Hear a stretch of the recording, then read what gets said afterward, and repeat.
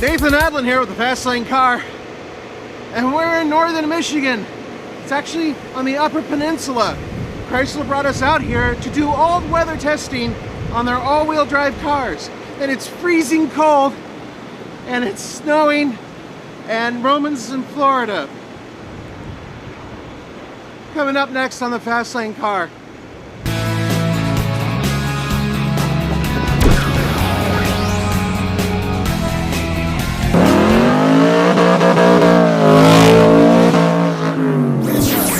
When I say we, there's actually a couple people here from TFL Car who write for our blog site.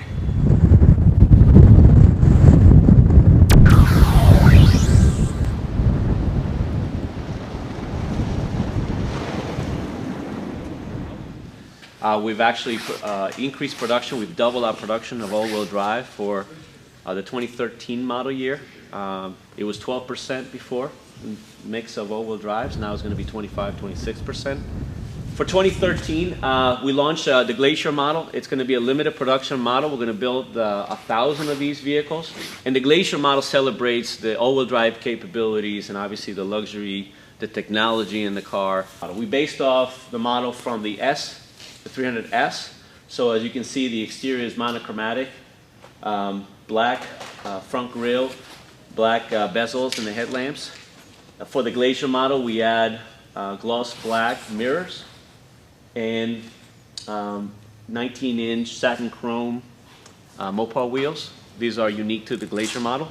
And on the interior, we use a combination of Napa leather and ballistic fabric in the seat inserts. There's a bit of a lull in the storm that's just hit this area, and it's still really cold, but at least it's not quite as windy. Behind me is a 600 and a 300 and I believe a 900-foot perfect circle, and it's covered with ice, snow, rocks, and dirt. And quite frankly, it is one of the most difficult driving surfaces out there, but if you have all-wheel drive, it can be a lot of fun. This is where speeds increase, but the steering input is not as intense as it is on the 300-foot circle. And Nicole is in the process of completing her first lap. What do you think? It's an entirely different drive because you can go faster and you feel like the car doesn't have to work quite so hard. Folks, she just took a Sebastian Loeb style rally turn just now, just this very second. That was cool. And would you say the car is doing the majority of the work? I don't want to say you're not talented, I'm doing all the work. Okay. No, the car is doing the majority of the work. Actually, you don't have to correct a lot. As it really starts to, at the point where you feel like you're going to lose control, it knows it, and it puts you back in control of the vehicle pretty quickly. Feels like the tush starts to poke out, and then it just like now, and now it's starting to grab, and it just pulls it right back in. So you are able to swing it out and do a little bit of drifting if you're so inclined, and at the same time it'll just slowly tuck it back in. It's not savage, it's not overly sensitive, at least it doesn't look like that or feel like that. The vehicles are primary rear-wheel drive vehicles. Our customers buy Chargers and 300s because they like the rear-wheel drive feel, they like the rear-wheel drive bias handling, and so on. So when we changed the all-wheel drive system, the previous all-wheel drive system on these vehicles was 3 open diffs, an open diff in the center, and open diffs on the front and the rear. So the all-wheel drive car had a different feel than what people were used to. Besides that, it wasn't very efficient. So when we worked on this system, we wanted to do 2 things. We wanted to get back that rear-wheel drive bias and keep that. We wanted to get best-in-class all-wheel drive performance, and we wanted to be best-in-class fuel economy.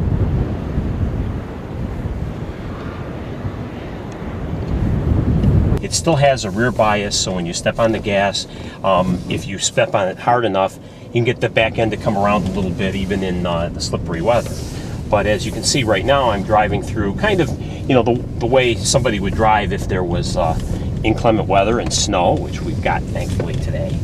And the vehicle's very controllable at a low to medium speed, and it does everything we want the all-wheel drive to do. Makes a person very confident.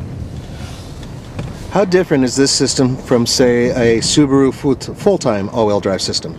Well, we actually changed this to an active on-demand system. A full-time system will put the same amount of torque on the front and the rear wheels. And although that's good for traction, it's not as good for dynamic performance. So what we wanted to do with the character of the car is give the car the same kind of performance, in inclement conditions, but give the car a lot more fun to drive factor. Recognize this? This is the Toyota Avalon. It's one of the vehicles Chrysler brought out to test against their vehicles. I think all-wheel drive works in this weather.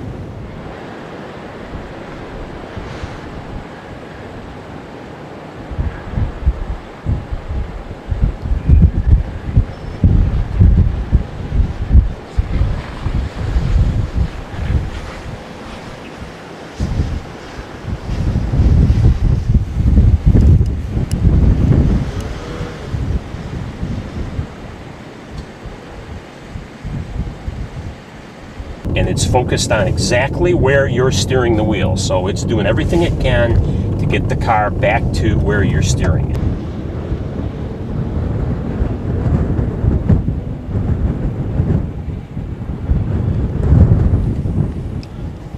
You can really feel how it's aggressively trying to adjust for this very tight circle. And you just don't know what you're going to get when it's snowing. So to have a track that is not consistent from corner to corner is a good thing. And you can recover so quickly when you suddenly realize this isn't what it was 2 feet ago. It still lets you recover really well, and it still adjusts amazingly to the changing conditions. Was this the coolest event ever? Just about. And when I mean cool, I don't just mean freezing cold. I mean it was really fun, and it's extremely informative, and it's fantastic to find out that an all-wheel drive system built in America can be that advanced. And I'm freezing my butt off. So I'm going to say goodbye. Fastlane car, this is Nathan Adlin. See you next time.